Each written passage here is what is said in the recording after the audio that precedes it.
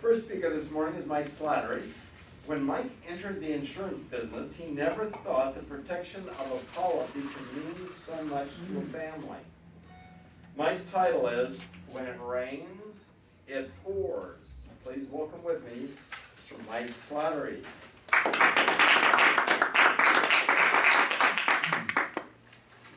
Good morning, fellow Toastmasters. Good morning. When I was a child, my father got paid every Friday, and my mother and I would go to the grocery store, and she would purchase a small coffee can size of salt. Now, if you all remember, some of the younger ones may not, but it's still the same.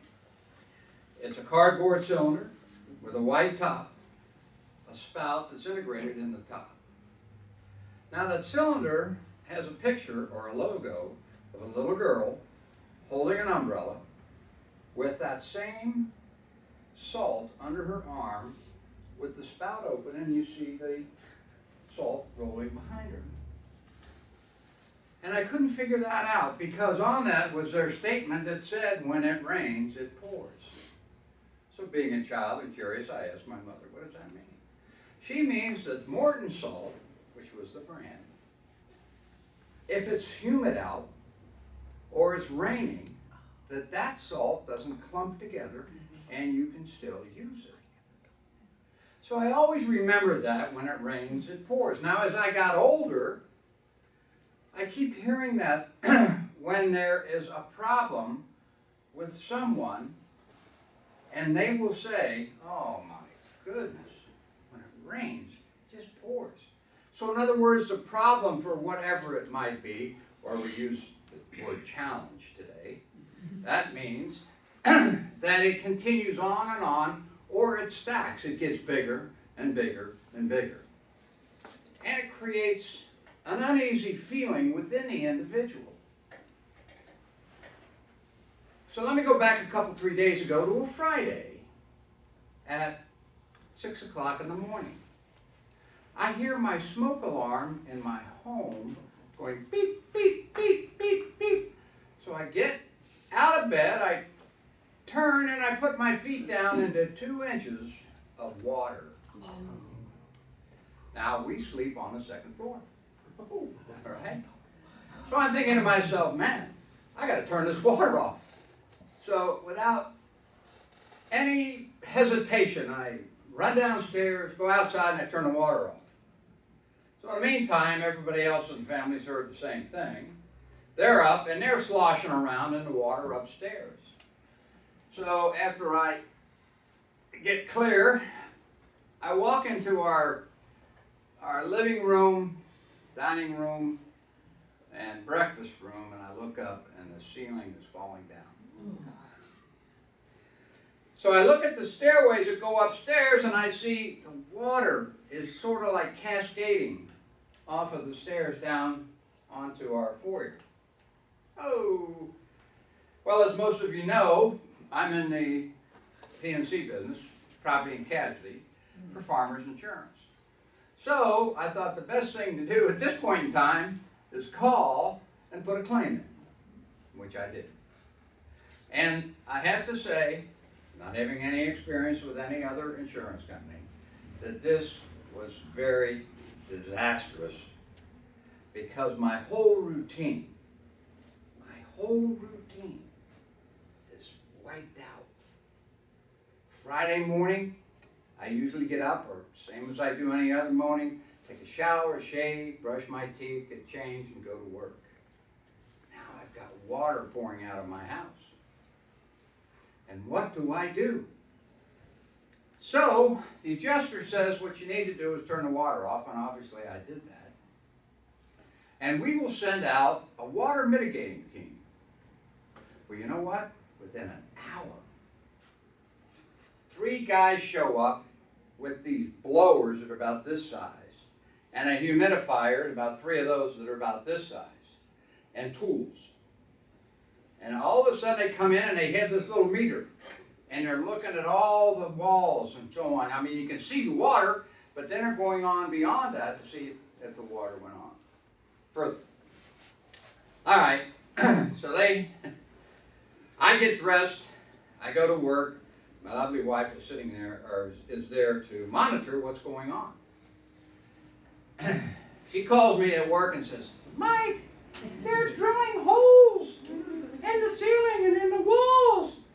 And I find out that what they have is these little hoses that they stick in there that create a suction to get the water from the bottom, and you have the other hose go into the sink. So all of a sudden, the whole house is covered with these little blue blowers, these humidifiers. What's next? Well, the next thing was, the adjuster calls and says, we have to pack you out of your home, and you are going to be staying for the next month and a half at the Hyatt Hotel downtown. So make sure, because we're going to pack you out, that you get your jewelry, sentimental items, and anything that you feel of value. Okay? So we start to figure that out. Have any of you tried to figure out, in a case such as what I'm talking about, what you would take with you to stay in a motel room? And where would you put it? Well, you see, at that point in time, I started thinking, my goodness, I must have taken, 100 claims, water claims, fire claims, disastrous wind claims, never thinking what is going on with the individual to whom that's happening. So I give them the process, claims, let the adjuster handle it. You don't have to worry about anything. If you can't stay there, we're going to put you up in an equivalent place to live for whatever time it is. But if you really think about it, what does that do to your psyche? Because now your entire routine, gone. Now you have to figure out, where am I going to put my meds?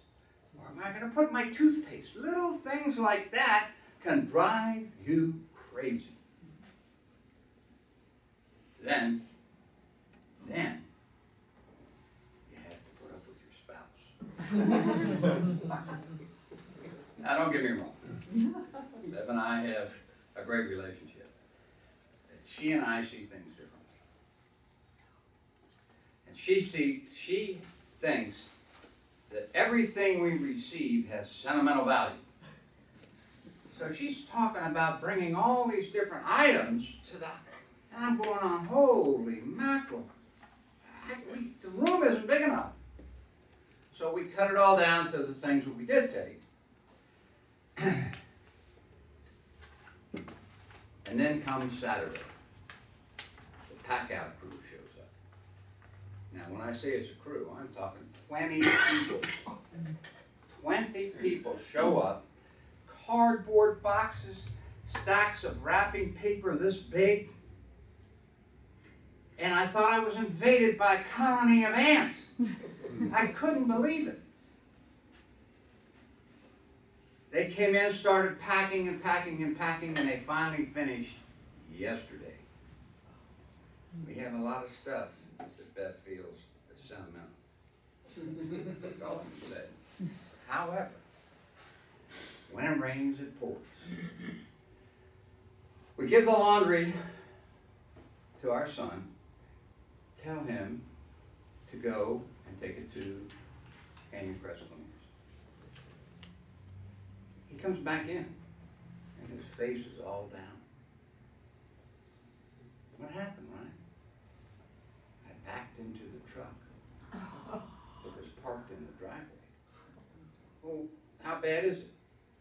Bad. And I said to him, well, let's go take a look. And when I looked at it, I thought it might be a $2,000 or $3,000 claim. I got a phone call from the adjuster yesterday. He says, I think we totaled your car. I said, you gotta be kidding. He said, no. Now, I spent 30 years in the collision repair business. I said, send me the estimate, which he did. I took a look at it, legitimate. And it looks like the value of the repair greater than the value of the car. So now I have to negotiate that. So as I said, when it rains, it pours. Mr. Tobin.